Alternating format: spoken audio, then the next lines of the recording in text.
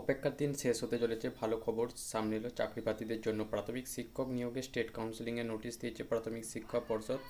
জেলাভিত্তিক counselling ইতিমধ্যেই শেষ হয়েছে, এবার বাকি থাকছে প্রার্থীদের রাজ্য ভিত্তিক কাউন্সিলিং। সেটির কিন্তু নোটিশ দেওয়া হলো।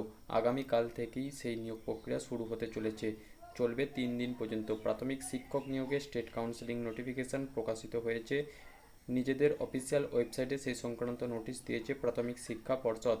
21 থেকে 24শে ফেব্রুয়ারি পর্যন্ত সেই প্রক্রিয়া চলবে।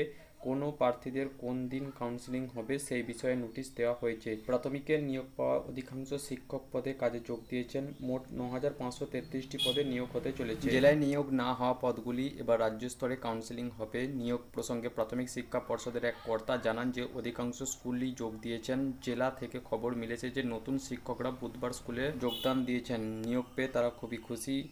তো আগামী দিনে যে সমস্ত কাউন্সিলিংগুলো, অর্থাৎ রাজ্যভিত্তিক যে কাউন্সিলিং নোটিশ, সেটা কিন্তু আগামীকাল থেকে শুরু হচ্ছে। সেই সমস্ত কাউন্সিলিং নিয়োগ প্রক্রিয়া চলবে 3 দিন পর্যন্ত। 21 থেকে 24শে ফেব্রুয়ারি পর্যন্ত নিয়োগ প্রক্রিয়া চলবে এবং কাউন্সিলিং সেই বিষয়ে কিন্তু 21 থেকে 24 তারিখ পর্যন্ত কাউন্সিলিং প্রক্রিয়া চলবে, সেই মর্মে কিন্তু একটা নোটিশ প্রকাশিত করে দেওয়া হয়েছে। তো যারা যারা যে সমস্ত শিক্ষকরা আছেন তাদের কিন্তু কাউন্সিলিংয়ের জন্য অতি সত্বর ডাক দেওয়া হয়েছে, তারা সেই কাউন্সিলিং প্রক্রিয়া অংশগ্রহণ যেন করা হয়।